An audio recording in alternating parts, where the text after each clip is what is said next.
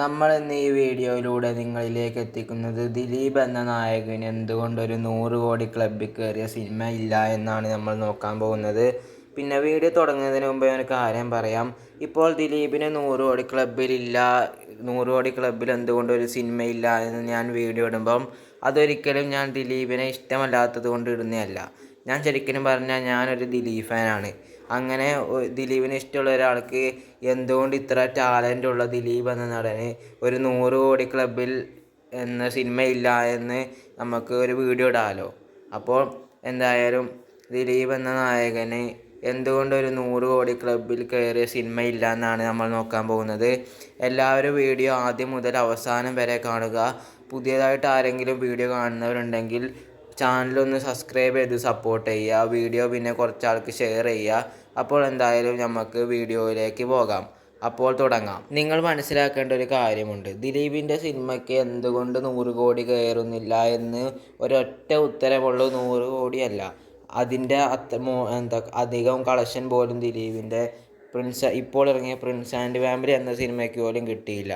ഒരു ദിലീപ് സിനിമയാണ്, അതൊരു 50 കോടിയെങ്കിലും കയറാൻ സാധ്യതയുള്ള സിനിമയാണ്. പക്ഷേ ഇപ്പോൾ ഇറങ്ങിയ പ്രിൻസ് ആൻഡ് ഫാമിലി എന്ന സിനിമ പോലും ഒരു 26 കോടിയിൽ ഒതുങ്ങി. ഒരു ദിലീപിൻ്റെ സിനിമ എന്ന് പറയുന്നത് ഒരു 26 കോടിയിൽ ഒതുങ്ങുന്ന സിനിമയല്ല. അതൊരു 50 കോടിയെങ്കിലും കയറാൻ പൊട്ടൻഷ്യലുള്ള സിനിമയായിരുന്നു. പക്ഷേ അതൊരു 26 കോടിയിൽ ഒതുങ്ങി. അപ്പോൾ തന്നെ നിങ്ങൾക്ക് മനസ്സിലാവുമല്ലോ പണ്ടുണ്ടായിരുന്ന ദിലീപിൻ്റെ പ്രേക്ഷകരെന്തായാലും കുറഞ്ഞു എന്നത്. അത് നിങ്ങൾക്ക് എന്താണെന്ന് നിങ്ങൾക്കറിയാം. അതെന്തായാലും ഞാൻ ഈ വീഡിയോയിലൂടെ പറയുന്നില്ല. അപ്പോൾ എന്തായാലും നിങ്ങൾക്ക് മനസ്സിലായിട്ടുണ്ടാകുമല്ലോ പണ്ടുണ്ടായിരുന്ന ദിലീപിൻ്റെ ആരാധകരുടെ പവർ. പിന്നെ നിങ്ങൾക്കിത് വിശ്വസിക്കാൻ പറ്റിയില്ലെങ്കിൽ ഒരു ഉദാഹരണം തരാം. ദിലീപിന് 2015 പുറത്തിറങ്ങിയ 2 കൺട്രീസ് എന്ന സിനിമ 50 കോടിക്ക് മുകളിലാണ് കളക്ഷൻ നേടിയത്. അതും 2015 കാലഘട്ടത്തിൽ മമ്മൂട്ടി എന്ന നായകന് പോലുമില്ല 50 കോടി ക്ലബ്ബിൽ കയറി ഒറ്റ സിനിമയില്ല. എനിക്ക് തോന്നുന്നു മമ്മൂട്ടി എന്ന നായകന് ഒരു 2017 കാലഘട്ടത്തിലാണ് ആദ്യത്തെ 50 കോടി എന്ന ക്ലബ്ബിൽ കയറുന്നത്.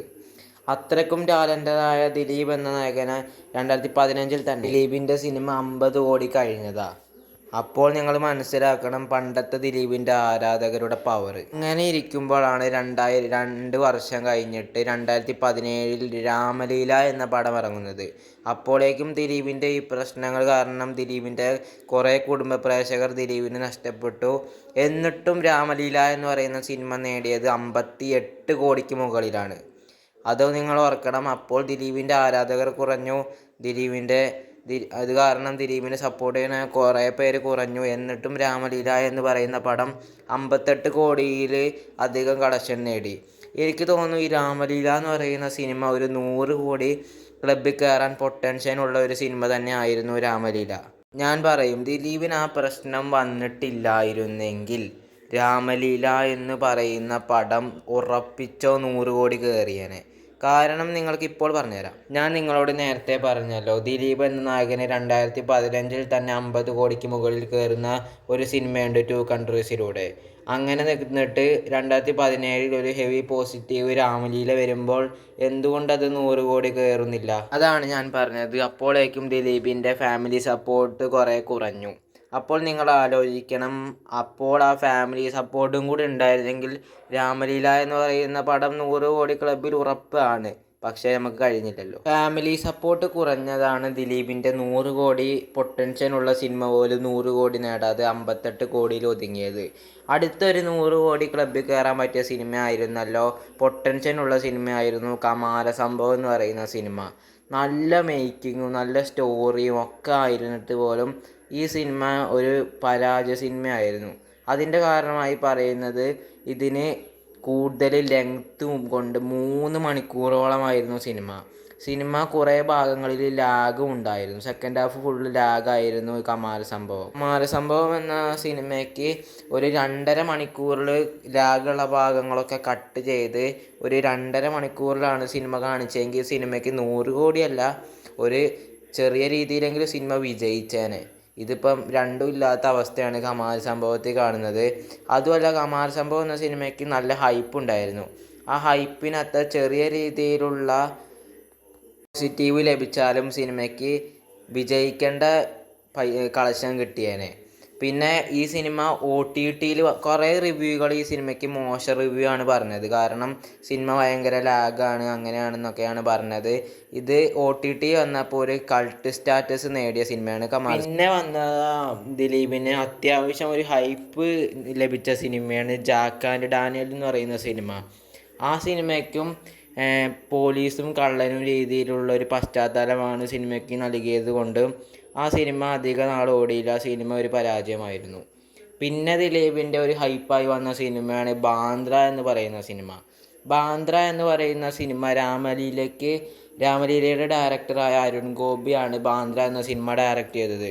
അതുകൊണ്ട് തന്നെ നല്ല ഒരു ഹൈപ്പും ഈ സിനിമയ്ക്ക് ലഭിച്ചിരുന്നു. പക്ഷേ ഈ സിനിമയുടെ തിരക്കഥ വളരെ മോശമായിട്ടുള്ള ഒരു തിരക്കഥ ആയതുകൊണ്ട് സിനിമ തിയേറ്ററിൽ ഒരു പരാജയമായിരുന്നു. ബാന്ദ്ര എന്ന സിനിമ ഇറങ്ങിയ അതേ വർഷം തന്നെയാണ് വോയിസ് ഓഫ് സത്യനാഥൻ എന്ന സിനിമ ഇറങ്ങിയത്. വോയിസ് ഓഫ് സത്യനാഥൻ എന്ന സിനിമ തിയേറ്ററിൽ വലിയ വിജയം തന്നെ ആയിരുന്നു. അപ്പോൾ ഇനി നമ്മൾ പ്രതീക്ഷിക്കുന്ന ഒരു വലിയ ഹൈപ്പോട് കൂടി ദിലീപിൻ്റെ ഒരു സിനിമ വരാൻ പോവുകയാണ്. എല്ലാവർക്കും അറിയാവുന്നതുപോലെ തന്നെ ബബ്ബബ്ബ. ദിലീപിൻ്റെ കടു ഹൈപ്പിൽ വരുന്ന സിനിമയാണല്ലോ ബബ്ബബ്ബ എന്ന് പറയുന്ന സിനിമ. ബബ്ബബ്ബ എന്ന് പറയുന്ന സിനിമ നമുക്ക് 100 കോടി അല്ലെങ്കിൽ ദിലീപിന് പണ്ട് കിട്ടേണ്ട 100 കോടി അതിൻ്റെ അപ്പുറത്തേക്കുള്ള കളക്ഷൻ ഈ സിനിമ നേടിത്തരുമെന്ന് തന്നെയാണ് വിശ്വാസം. നിങ്ങൾ ഈ സിനിമയെ കാണാൻ പോകുമ്പോൾ നിങ്ങൾ ഈ സിനിമയ്ക്ക് അധികം ഹൈപ്പ് വെക്കാതെ സാധാ ഒരു സിനിമ കാണുന്ന പോലെ കയറിയിരുന്നാൽ മതി. എന്നിട്ട് നിങ്ങൾ സിനിമ കഴിഞ്ഞ് ഇറങ്ങി വരുമ്പോൾ നിങ്ങൾ ഹൈപ്പ് വെച്ചോ. എന്നിട്ട് വേണമെങ്കിൽ നിങ്ങൾ ഒന്നും കൂടെ കണ്ടുപോയിട്ട്. അതാണ് എനിക്കിവിടെ പറയാനുള്ളത്. അപ്പോൾ ബബ്ബബ്ബ എന്ന് പറയുന്ന ദിലീപിൻ്റെ ഇനി ഇറങ്ങാൻ പോകുന്ന സിനിമ 100 കോടി എന്ന നേട്ടം കൈവരിക്കുമോ എന്ന് നോക്കാം.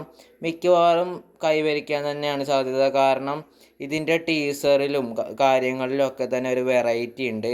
അപ്പോൾ എന്തായാലും നമുക്ക് കാണാം. Wait and watch.